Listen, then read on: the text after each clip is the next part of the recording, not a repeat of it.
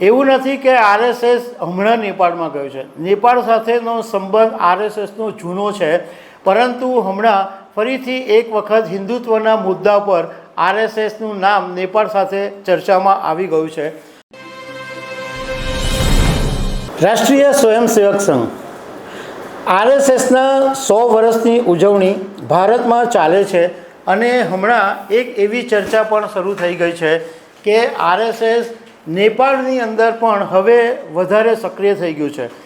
એવું નથી કે આરએસએસ હમણાં નેપાળમાં ગયું છે. નેપાળ સાથેનો સંબંધ આરએસએસનો જૂનો છે, પરંતુ હમણાં ફરીથી એક વખત હિન્દુત્વના મુદ્દા પર આરએસએસનું નામ નેપાળ સાથે ચર્ચામાં આવી ગયું છે. તો આના વિશે હું તમારી સાથે વાત કરીશ. મારું નામ રાજેશ શાહ છે અને તમે જોઈ રહ્યા છો ગુજરાતના સૌથી મોટા ડિજિટલ ન્યૂઝ પ્લેટફોર્મ ખબરછે.com.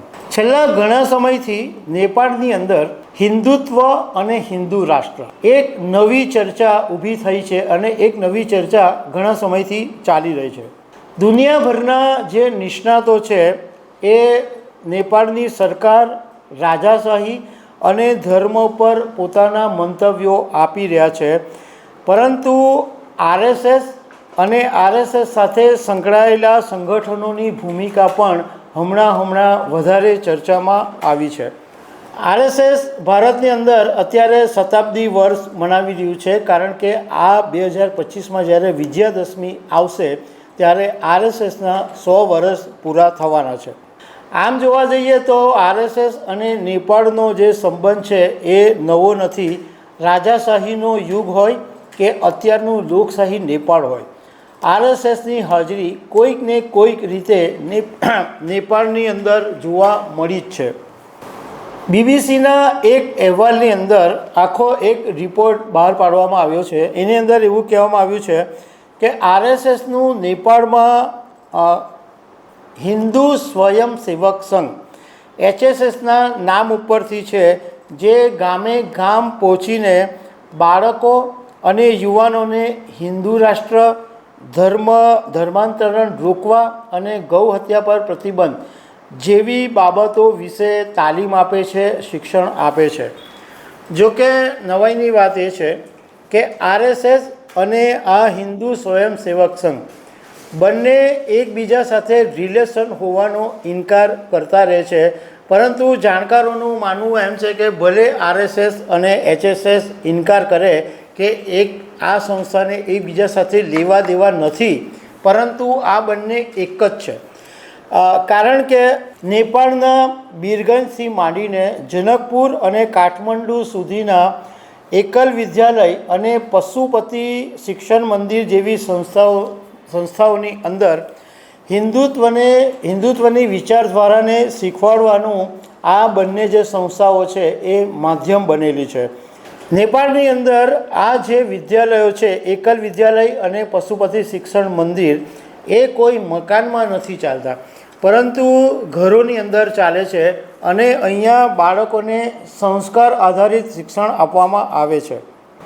હવે આરએસએસ અને એચએસએસ બંને ના પાડે છે, પરંતુ એની જો કાર્યશૈલી તમે જુઓ ને તો બિલકુલ ડિટ્ટો ટુ ડિટ્ટો આરએસએસ જેવી છે.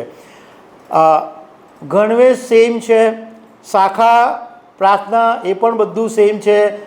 જે પ્રમાણે આરએસએસની અંદર શાખાઓમાં જે રીતના કામગીરી થાય છે એવી જ કામગીરી ત્યાં એચએસએસ કરે છે. નેપાળની અંદર ટોટલ 1048 એકલ વિદ્યાલય અને 35 જેટલા પશુપતિ વિદ્યા મંદિર છે.